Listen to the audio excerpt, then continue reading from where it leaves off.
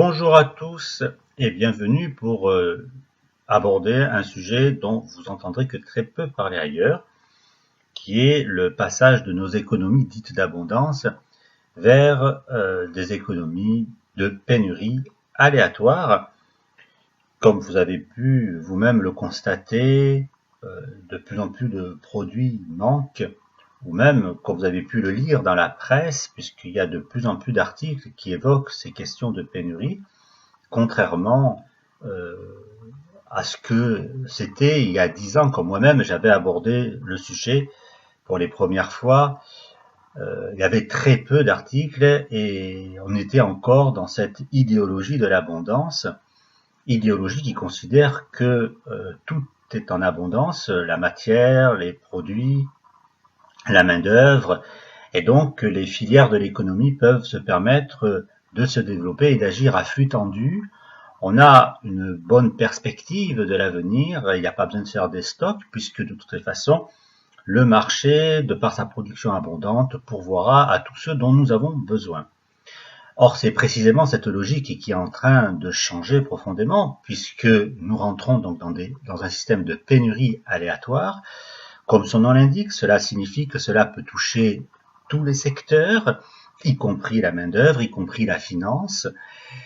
que il est difficile de se projeter dans l'avenir, qu'il faut réfléchir en stock, et que donc cela entraîne une profonde incertitude, que la projection est compliquée et qu'il faut réfléchir donc à court terme, comme s'il y avait finalement une économie à court terme perpétuelle, puisque l'avenir peut être entravé précisément par ces pénuries aléatoires qui peuvent toucher n'importe quel secteur, et même des secteurs que l'on croyait pourtant protégés. Cela peut toucher d'ailleurs toutes les économies, y compris celles des pays riches, voire très riches, que les pays en voie de développement. Cela n'est pas lié à la fortune d'un pays. La pénurie peut toucher l'ensemble des secteurs et des pays. Les causes d'ailleurs d'une pénurie est très variable. Ça peut être le marché, ça peut être la distribution, ça peut être la production. On a tendance actuellement plutôt de lui donner une explication conjoncturelle liée à des guerres notamment, alors même que moi-même j'aborde le sujet depuis plus de 10 ans, et que si je le fais, c'est que précisément la raison est bien plus structurelle, elle est précisément liée à l'organisation de nos économies et de nos institutions. Et puis il faut surtout noter que les pénuries peuvent toucher y compris des produits qui sont en abondance. Donc cela signifie que le mécanisme est beaucoup plus complexe que ce dont on voudrait nous dire.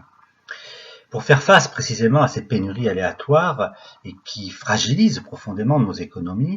les États ont tendance à subventionner de plus en plus les entreprises en difficulté, voire l'économie, les secteurs qui sont touchés par ces pénuries. Donc on a des économies de plus en plus administrées, de plus en plus planifiées,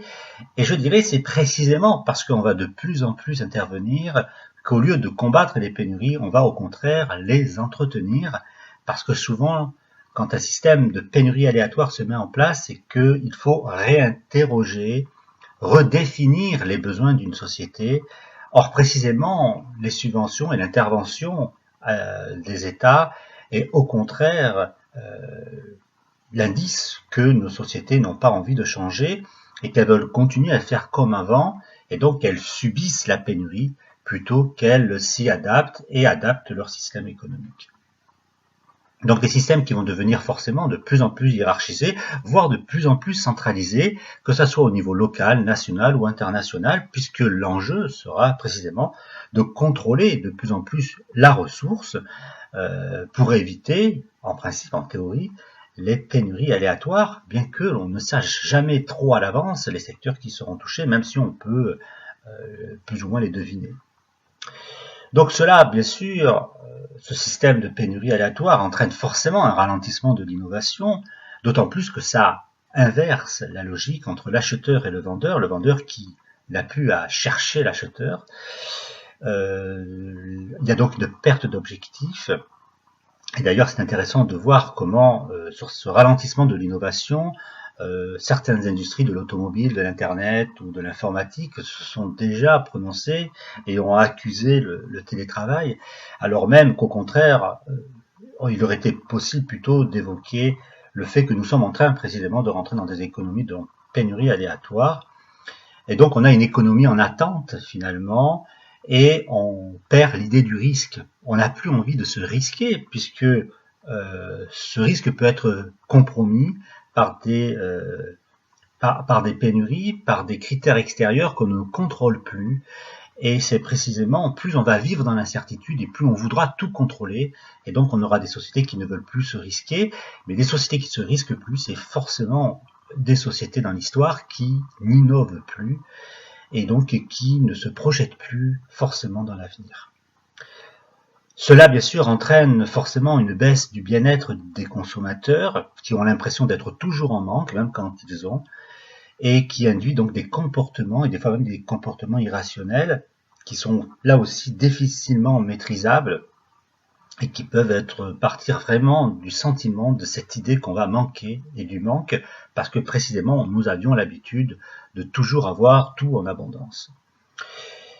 Et puis, bien sûr, plus les États vont subventionner les secteurs en difficulté, plus l'inflation va augmenter. Et là, ça peut entraîner des pénuries soit volontaires, soit des pénuries économiques, parce que les produits sont devenus tellement chers que nous ne pourrons même plus y accéder. Et donc la question fondamentale qu'on est en droit de se poser, je fais ça un peu rapidement, parce que le temps nous est compté, c'est se poser finalement, est-ce une chance ou une malchance ? Et je crois au contraire que quand un système de pénurie aléatoire s'installe, c'est précisément le moment de questionner notre société, et c'est peut-être précisément le moment d'abandonner les vieilles idéologies et enfin de pouvoir nous tourner vers la Terre, vers ce qu'elle a à nous offrir, vers sa capacité, sa possibilité, qui sera autant la possibilité de notre société de se développer.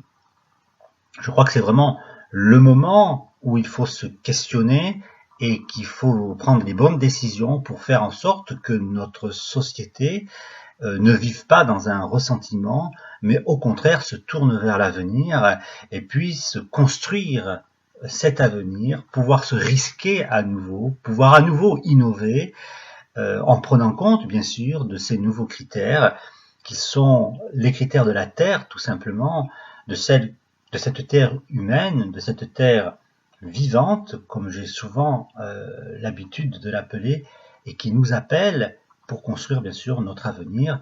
Donc prenons ces difficultés au contraire comme une chance de nous resituer pour pouvoir construire notre avenir et construire la Terre de demain. À très bientôt. Merci.